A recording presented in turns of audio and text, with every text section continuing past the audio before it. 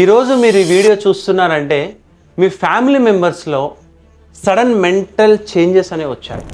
ఆ mental changes ఎందుకు వచ్చాయి, అసలు ఆ జబ్బులు ఏంటి, అవి ఎలా తగ్గిస్తారు, అది నిజంగా తగ్గుతాయా, ఈ ఒక 5 minutes వీడియోలో మీకు ఎక్స్ప్లెయిన్ చేస్తాను. సో జనరల్గా ఏంటంటే మన యొక్క బ్రెయిన్లో న్యూరో ట్రాన్స్మిటర్స్ అనేవి ఉంటాయి. ఈ కంప్లీట్ ఒక వ్యక్తి ఆనందంగా ఉండాలన్నా, ఒక వ్యక్తి బాధగా ఉండాలన్నా, ఒక వ్యక్తిని మామూలుగా ప్రవర్తించాలన్నా, ఒక వ్యక్తి తినాలన్నా, ఒక ఎదురు నిద్రపోవాలన్నా, ఈ న్యూరో ట్రాన్స్మిటర్స్ మధ్య ఒక చెలగాటం. సో సాధారణంగా 17 సంవత్సరాల వరకు ప్రతి ఒక్కరు కామన్ ఎన్విరాన్మెంట్లో పెరుగుతారు. ప్రతి ఒక్కరు వాళ్ళ యొక్క ఊర్లో లేదా వాళ్ళ యొక్క కమ్యూనిటీలో అదే స్కూల్, అదే ఫ్రెండ్స్, అదే కామన్ థింగ్స్. కానీ 17 సంవత్సరాల నుంచి కొత్త ప్రయాణం మొదలవుతుంది.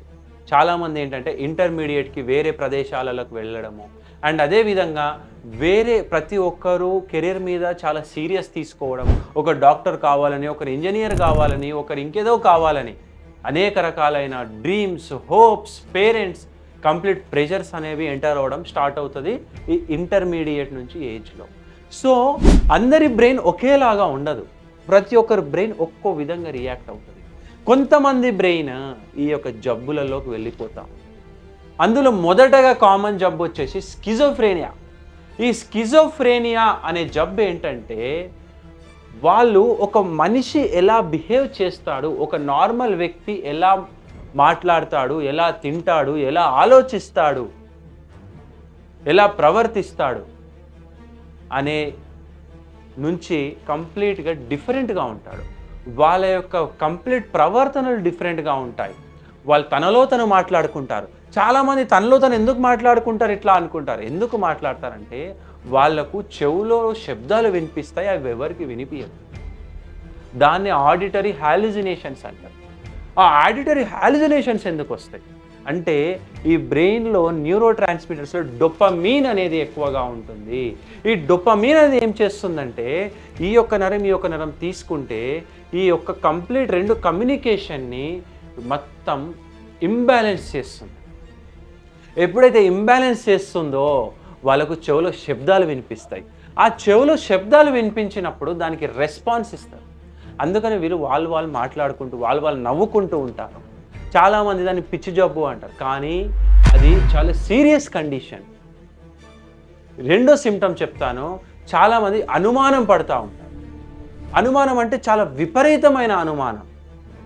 అన్నంలో విషం కలుపుతున్నారని, వాళ్ళ తల్లి అతను చంపాలని చూస్తుందని, వాళ్ళ నాన్న చంపాలని చూస్తున్నారని, చుట్టుపక్కన వాళ్ళు చంపాలని చూస్తున్నారని, ఎవరో వీళ్ళ మీద స్పై చేస్తున్నారని, ఎవరో వీళ్ళ మీద మంత్రాలు తంత్రాలు వేస్తున్నారని చెప్పేసి కంప్లీట్ ఆ యొక్క భయంతోనే వాళ్ళ యొక్క జీవితం ప్రతి నిమిషం ప్రతి క్షణం ఇందులోనే బ్రతుకుతారు. అలా బ్రతికినప్పుడు వాళ్ళ యొక్క ఫోకస్, వాళ్ళ యొక్క కాన్సన్ట్రేషన్, వాళ్ళ యొక్క కంప్లీట్ థింగ్ అనేది పోతూ ఉంటుంది. వాళ్ళకి సెల్ఫ్ కేర్ తగ్గిపోతుంది. నెలల తరబడి స్నానాలు చేయరు, నెలల తరబడి జుట్టు అనేది కత్తిరించుకోండి, నెలల తరబడి ఈ బియర్డ్ అనేది కట్ చేసుకోండి. ఈ యొక్క భయంతో వాళ్ళేమో చేస్తారు, వీళ్ళేమో చేస్తారు అనే భయంతో ఇంట్లో నుంచి బయటికి రారు. 6 నెలలు, 7 నెలలు, సంవత్సరాలు ఇంట్లోనే ఉంటారు. ఎలక్ట్రిసిటీ నుంచి నన్నేమో చేస్తారు, లైటింగ్ నుంచి నన్నేమో చేస్తారని చెప్పేసి ఆ లైటింగ్, ఎలక్ట్రిసిటీని కూడా మూసేసుకొని కంప్లీట్ చీకట్లో ఉంటారు. అదేవిధంగా ఇంట్లో అంతే అనుమానాలు ఎక్కువగా అయిపోయి బయటికి వెళ్ళిపోతారు. బయటికి వెళ్ళిపోతే వాళ్ళు ఎక్కడికి వెళ్ళిపోతున్నారో కూడా తెలియదు. ఇదంతా కావాలని చెయ్యరు. ఇది వాళ్ళు చేసిన తప్పు కాదు, ఇది వాళ్ళు ఏదో కావాల్సుకొని తెచ్చుకోలేరు. ఇది ఒక జబ్బు, దీన్నే స్కిజోఫ్రేనియా. ఈ స్కిజోఫ్రేనియా తెలియక చాలామంది మంత్రాలు, తంత్రాలు అని ఎక్కడెక్కడనో తిరిగి లక్షలు, కోట్ల రూపాయలు అనేవి వృధా చేసుకుంటున్నారు. కానీ సరైన సమయంలో సరైన ట్రీట్మెంట్ ఇస్తే మాత్రం ఈ యొక్క స్కిజోఫ్రేనియాని అద్భుతంగా ట్రీట్మెంట్ చేయొచ్చు. అండ్ భరోసా హాస్పిటల్స్లో అది సాధ్యమవుతుంది. భరోసా హాస్పిటల్స్లో ఈ యొక్క స్కిజోఫ్రేనియాకి కొన్ని వేల మందిని మేము ట్రీట్ చేశాం. 100% రిజల్ట్స్తో ఎంతోమంది హ్యాపీగా బయటికి వెళ్ళారు. అంటే మీరు చూడండి, ఒక జబ్బు ఇలా కూడా ఉంటుందా. అందుకని ఈ యొక్క అవేర్నెస్ వీడియో మీకోసం తెచ్చాను. ఇంకో జబ్బు ఉంటుంది, బైపోలార్ డిజార్డర్ అని జబ్బు. ఈ బైపోలార్ డిజార్డర్ని మీకు 2 నిమిషాల్లో చెప్తాను. జనరల్గా ఒక 3 పెండ్యులం తీసుకుంటే ఇలా ఇలా కొట్టుకుంటుంది ప్రతి సెకండ్కి. కానీ ఈ బైపోలార్ పేషెంట్స్లో ఏమవుతుందంటే ఎక్కువగా వెళ్తుంది, అంటే ఎక్కువ హ్యాపీనెస్, ఎక్కువ సాడ్నెస్. హ్యాపీనెస్ ఎలా ఉంటుందంటే విపరీతంగా, వాళ్ళు క్వీన్ ఎలిజబెత్కి రిలేషన్ లాగా, వాళ్ళ దగ్గర కొన్ని లక్షల కోట్ల సంపన్నులు లాగా, వాళ్ళు ఏమన్నా చేయగలుగుతారు, అనేక శక్తులు ఉన్నాయి. ఎక్కువగా మాట్లాడడం, ఎక్కువ డబ్బులు ఖర్చు చేయడం, ఎక్కువగా షాపింగ్ చేయడం, ఒకే రోజులో లక్షల కోట్లు ఖర్చు పెట్టిన కేసులు ఎన్నో ఉన్నాయి. దీని మేనియా అంటారు. ఈ మేనియాలో ఎంతోమంది ఎన్నో విధాలుగా నష్టపోతూ ఉన్నారు. అదేవిధంగా వెనకాలకి వస్తే డిప్రెషన్, ఎవరితో మాట్లాడకపోవడం, ఏదైతే మేనియాలో ఉన్నాయో కంప్లీట్గా ఆపోజిట్గా బిహేవ్ చేస్తారు. ఎవరితో మాట్లాడరు, ఎవరితో కలవరు, ఒక్కరే ఉంటారు, తినరు, ఏడుస్తూ ఉంటారు రెగ్యులర్గా, ఫోకస్ ఉండదు, డ్రీమ్స్ ఉండవు, హ్యాపీనెస్ ఉండదు. సో ఈ యొక్క మేనియాకి డిప్రెషన్కి మధ్యలో వీళ్ళ లైఫ్ అనేది జరుగుతూ ఉంటుంది. మేనియా వచ్చినప్పుడు ఇట్లా ఉంటారు, మధ్యలో నార్మల్ అవుతారు, మళ్ళీ డిప్రెషన్కి వెళ్తారు, మళ్ళీ మేనియా వస్తుంది, మళ్ళీ డిప్రెషన్కి వెళ్తారు. అంటే వాళ్ళ యొక్క జీవితం మొత్తం ఈ మేనియా డిప్రెషన్ మధ్యలో బ్రతుకుతూ ఉంటారు. కానీ ఇది వాళ్ళకి తెలియదు, ఇది జబ్బని. ఎందుకంటే బ్రెయిన్ డిజార్డర్ ఇది. నీ యొక్క CPU యొక్క రాంగ్ ఉన్నప్పుడు ఎన్ని కోట్ల మానిటర్ పెడితే ఏం లాభం?